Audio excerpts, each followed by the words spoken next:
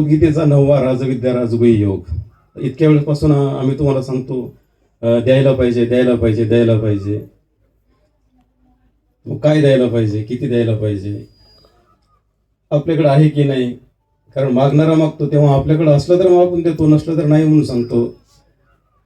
नाहीतर म्हणतो फुल नाही फुलाची पाकळी, काही ना काहीतरी देऊ म्हणतो. या 9व्या योगामध्ये लागोपाठ 3 श्लोक आले आहेत. पत्रम पुष्पम फलम तोयम विडा वाहताने आपण म्हणतो. त्याच्यानंतरचा यत्करोषी दशनासी हा श्लोक म्हणतो. त्याच्यानंतरचा एक श्लोक आहे शुभाशुभ फले रेव. हे 3 श्लोक येतात ठाकरे बापू. त्या हा पत्रम पुष्पम फलम तोयम हा जो श्लोक आहे ना, या श्लोकामध्ये श्रीकृष्ण भगवंतांनी आपल्याला मागितलेला आहे. आता खरं म्हणजे त्याला काही कमी नाही, देवाला कुठलीही कमी नाही, तो भावाचा भोकेला आहे. तरी सुद्धा कुठल्या तरी वस्तूचं समर्पण देणं गरजेची बाब आहे. मागितलं, काय मागितलं? पान, फूल, फळ आणि पाणी. तोयम म्हणजे पाणी. झाडाला पान हे 12 महिने असतंच असं नाही. पतझड, सावन, वसंत, बहार, एक बरस के मौसम 4, 5वा मौसम नाही सांगणार तुम्ही, मला माहिती आहे. 2 अक्षर प्रेम का पढे सो पंडित होय. काय म्हणतात कबीरदास? प्रेम हा 2 अक्षराचा शब्द आहे. तो ज्यानं खऱ्या अर्थाने विचारात घेतला, आचारात घेतला, तो पंडित आहे. तर पहिले पान मागितलं. आता पान 12 महिने असतं असं नाही, झाडाची पान गळती होते. बरं चल, पान नाही तुझ्याकडे, फुल दे. फुल नाही, कारण 12 महिने फुल असतंच असं नाही, त्याचा एक बहार असतो. फुल नाही तर मग फळ दे. फळ असतो का? 12 महिने फळ नसतात. आपण स्टोरेज केलेले आहेत, त्या स्टोरेज मधले फळं आपण खातो आणि आपली फजिती करून घेतो, पोटाचा वाटोळ करून घेतो. फळ मागितलं, फळही 12 महिने राहत नाही. मग म्हटले पाणी दे. आता पाणी तर आपल्याला रोज कमीत कमी 3-4 लिटर प्यायला लागतं. कितीही दुष्काळ पडला तरी पाणी पिला नाही असं माणूस तर काही होत नाही. प्रत्येकाला काही ना काही थोडंफार पाणी प्यावंच लागतं. मग जर तुझ्याकडे पान नाही, फुल नाही, फळ नाही, तर मग काय कर? एक 4 थेंब पाणी म्हण कृष्णार्पण. तरी सुद्धा त्याचा मी स्वीकार करतो. मग पान द्यायचं असेल तर कुठलं द्यायला पाहिजे? जे पान खाण्याच्या उपयोगी आहे, ज्या पानामध्ये सुगंधही आहे, असं पान द्यायला पाहिजे. द्रौपदीने एकच पान त्या थाळीमध्ये होतं ना, एकच पान श्रीकृष्ण भगवंतांनी घेतलं, बोटावर ठेवलं, आपलं जिभेवर ठेवलं, चघळलं, गिळून टाकलं आणि तृप्ततेचा ढेकर दिला. एक पान घेतलं, एका पानाच्या बदल्यात किती दिलं? 88,000 जे ऋषी होते दुर्वासाच्या सोबत, यांच्या भोजनाची व्यवस्था झाली. एकच पान, जास्त नाहीये, एकच पान घेतलं. द्रौपदी कडून फक्त बोटावर चिंदी बांधून घेतली. चिंदी किती होती? थोडी होती. दिलं किती? सुदाम्याकडून मुठभर तांदूळ घेतले, दिलं किती? इथे बँकेचे मॅनेजर आलेले, मर्कंटाईलचे निकम.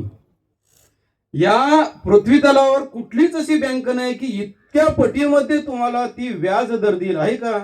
एका चिंदीच्या बदल्यामध्ये. आणि ते महत्वाच्या वेळी दिल्या गेलं. वस्त्र ते महत्वाच्या वेळी दिल्या गेलं. एक भाजीचं पान आणि 88 ऋषींची भोजनाची व्यवस्था होते. मुठभर तांदूळामध्ये त्यांचं म्हणजे सोन्याची नगरी दिल्या जाते. इतक्या पटीनं दिल्या जातंय. आणि जर आपण भाव प्रधान ठेवून त्या परमेश्वरा चरणी जर या वस्तू समर्पित केला, ज्ञानेश्वरीमध्ये या संदर्भातली एक ओवी आलेली आहे. पैगा भक्तीचे नावे फुल एक मज द्यावे, ते लेखे तरी म्या तुरुंबावे परिमुखीची घाली. भक्तीच्या माध्यमातून तू एक फूल जरी मला दिलं, फूल हे सुगंध घेण्याची वस्तू आहे, खाण्याची वस्तू नाहीये. परंतु परमेश्वर त्या भक्ताच्या भावामुळे इतका काही भाव प्रदान होतो, इतका काही भाव प्रदान होतो की ते फूल तो तोंडात घालतो, खाऊन घेतो. पण परमेश्वराला फूल जर द्यायचं असेल तर कुठलं द्याल? गुलाबाचं द्या, जो फुलांचा राजा आहे. या राजाची त्या राजाची भेट करून द्या. मग शेवटचा जो मुद्दा पाण्याचा सांगितलेला आहे, हे पाणी याच्या संदर्भात सुद्धा ज्ञानेश्वरीमध्ये एक ओवी आलेली आहे. अथवा ऐशीही एक घडे जेथ पालाही परी न जोडे, तव उदकाचे सांकडे नव्हेल की. एखादी वेळ अशी येईल की जिथं पान सुद्धा तुम्हाला उपलब्ध होणार नाही, तर पाण्याचं काही साकडं आहे का? प्रश्न आहे का? पाणी सुद्धा तुम्ही देऊ शकता. या श्लोकामध्ये श्रीकृष्ण भगवंतांनी आपल्याला 4 ऑप्शन्स दिले आणि या 4 पैकी जे असेल ते तू देऊ शकतो. हे 4 या पृथ्वीवर अवेलेबल आहे ना. निसर्गदत्त आहे. तुम्हाला काही करायची गरज नाहीये. कुठल्याही झाडाचं, इथं पानाचं बंधन नाही, फुलाचं बंधन नाही, कुठल्या फळाचं बंधन नाही. असं कुठलं सांगितलं का अमुक फळ द्या, अमुक फल द्या, फुल द्या, कुठल्या झाडाचं पान द्या, सांगितलेलं नाही, बंधन नाही. यामध्ये श्रीकृष्ण भगवंतांनी वस्तूचं समर्पण आपल्याकडे मागितलेलं आहे. कुठलं? वस्तूचं समर्पण. याच्यानंतर जो पुढचा श्लोक येतो, यत् करोषि यदश्नासि यज्जुहोषि ददासि यत् पश्यसि कौन्तेय तत्कुरुष्व मदर्पणम. या श्लोकामध्ये क्रियेचं समर्पण मागितलेलं आहे. पहिले वस्तूचं समर्पण मागितलं, त्यानंतर क्रियेचं. सुरुवातीचा मुद्दा याच्यामध्ये यदश्नासि असा येतो, जे तू खातोस ते मला पहिले श्रीकृष्ण अर्पण कर. आपण देवाला उपहार दाखवतो, श्रीकृष्ण अर्पण करतो, त्याच्यानंतर ते अन्न आपण ग्रहण करतो. ते अन्न परमेश्वराने स्वीकारल्यानंतर त्याच्यामध्ये जी ताकद निर्माण होते, सत्वगुणाची प्रधानता निर्माण होते, प्रसन्नता निर्माण होते. कारण स्वामी सांगतात की प्रसन्नता ऐसा एक धर्म ईश्वरीच्या आत. ईश्वरामध्ये तो प्रसन्नता धर्म आहे. कारण याचं कारण मी तुम्हाला सांगतो. दत्तात्रय प्रभूंच्या संदर्भामध्ये स्तुती करणारे जे स्तोत्र आहे दत्तात्रय कवच, यामध्ये भृगु ऋषी म्हणतात की प्रसन्न वदनम देवम. काय म्हटले दत्तात्रय प्रभूंना? त्यांचं वदन, चेहरा कसा आहे तर तो प्रसन्न आहे. का प्रसन्न आहे? याचं कारण आहे. कारण परमेश्वर हा सर्व शक्तिमान आहे. तो काहीही करू शकतो. अहम कृष्णस्य जगत प्रभव प्रलयस्तथा. श्रीकृष्ण भगवान सांगतात की या समस्त चराचर सृष्टीचं निर्माण कार्य मी करतो, याचा नाशही मी करू शकतो. इतकी ताकद त्या परमेश्वरामध्ये आहे. मग ज्याच्यामध्ये सर्व ताकद आहे तो नेहमी करता प्रसन्नच असणार आहे ना. आपल्या मनासारखं झालं तर आपण खुश, आपल्या मनाच्या विरोधात झाले की आपण नाराज होतो. परमेश्वराचं तसं नाही.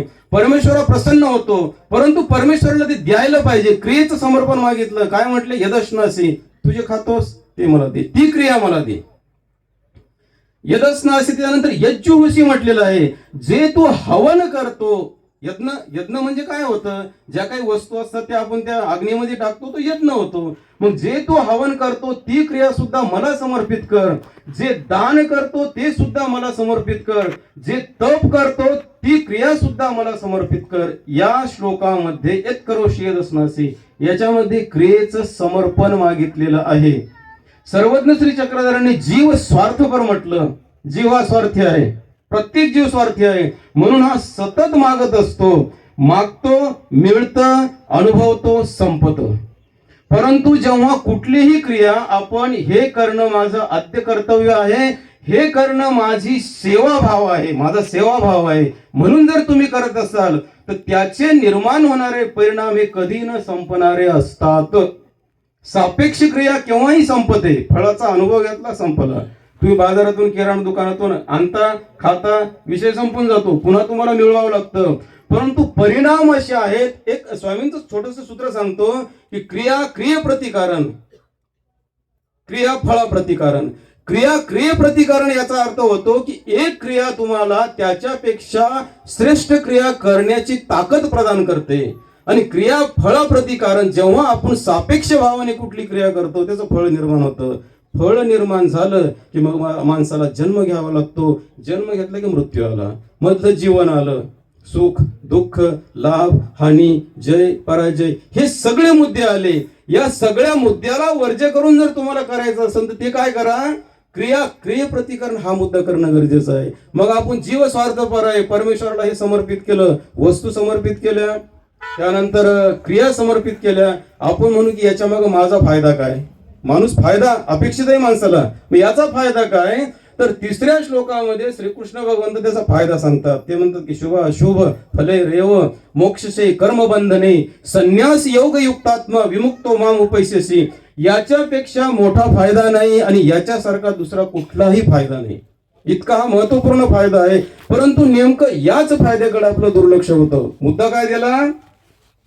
शुभ आणि अशुभ या गोष्टी आपण करतो. पापमय गोष्टी करतो, पुण्यमय गोष्टी करतो. त्याच्यातून निर्माण होणारं जे फलित आहे हे फलित आपल्याला बंधनात टाकतो. ज्याला 15व्या पुरुषोत्तम योगामध्ये कर्मानुबंधीने मनुष्य लोके असं म्हटलंय. कर्मरूपी छोट्या छोट्या बंधनाने आपण बांधल्या जातो. आणखी भगवद्गीता सांगते की आशा पाश शतरबद्ध काम क्रोध परायण, शेकडो आशारूपी पाशांनी आपण बांधल्या जातो. बेडी लोखंडाची असो की सोन्याची असो, होणार काय? ती आहे बेडीच. सोन्याची असो लोखंडाची असो, तिच्यापासून होणार बंधन. आपण शुभ कर्म करा, अशुभ कर्म करा, जेव्हा आपण पुण्यशील कर्म सुद्धा सापेक्ष भावनेने करतो तेव्हा आपल्याला होतात बंधनच. आणि बंधन माणसाला या संसारामध्ये गुरफटून ठेवतात. आणि म्हणून श्रीकृष्ण भगवंत सांगतात की शुभ अशुभ फले रेव मोक्षसे कर्म बंधने. शुभ अशुभ याच्यापासून निर्माण झालेले कर्मरूपी बंधन, या बंधनातून मी तुला मोकळं करतो. पहिला फायदा. दुसरा फायदा सांगितलं की संन्यास योग युक्त आत्मा, संन्यास योगाने युक्त असलेला आत्मा. ही फार महत्वाची गोष्ट आहे. संन्यास म्हणजे त्याग आहे, संन्यास म्हणजे समर्पण आहे. संन्यास या शब्दाचा अर्थ नियंत्रण आहे. 3 अर्थ होतात संन्यास शब्दाचे. एखादी गोष्ट जेव्हा तुम्ही नियंत्रण ठेवून ती वापरता तेव्हा त्याला संन्यास म्हटलेलं आहे. एखाद्या गोष्टीचा पूर्णपणे तुम्ही त्याग करता त्यालाही संन्यास म्हटले. दोन्ही बाबी आहेत, नियंत्रण आणि त्याग. मग आपण परमेश्वराला या सर्व समर्पण केलेल्या क्रिया वस्तू याच्यातून फायदा काय होतो, तर आपण संन्यास योगाने युक्त होतो. आणि संन्यास योगाने जेव्हा आपण युक्त होतो तेव्हा भगवंत सांगतात की माम उपैष्यसी, तू मला येऊन प्राप्त होतो. म्हणजे जीवाचा अधिकार आहे त्या परमेश्वरीय शाश्वत सुखाची प्राप्ती. आणि त्या शाश्वत सुखाच्या प्राप्तीला हा जीव जातो, प्राप्त होतो. कशामुळं? पत्रम पुष्पम फलम तोयम. जावई जर रुसून बसला, लॉकेट पाहिजे, काही उचापाते करून त्याला तुम्ही ते देताच. गाडी पाहिजे, देताय की नाही? मग त्याला जर एवढं देता तरी तर पान फूल फळ आणि जी क्रिया आपण करतो ती क्रिया समर्पित करायची. याच्यापेक्षा काय करायचं आहे?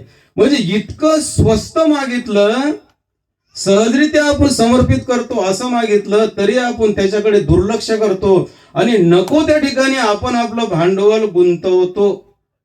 लालची म्हणतात ना, ते लालच बुरी बला आहे.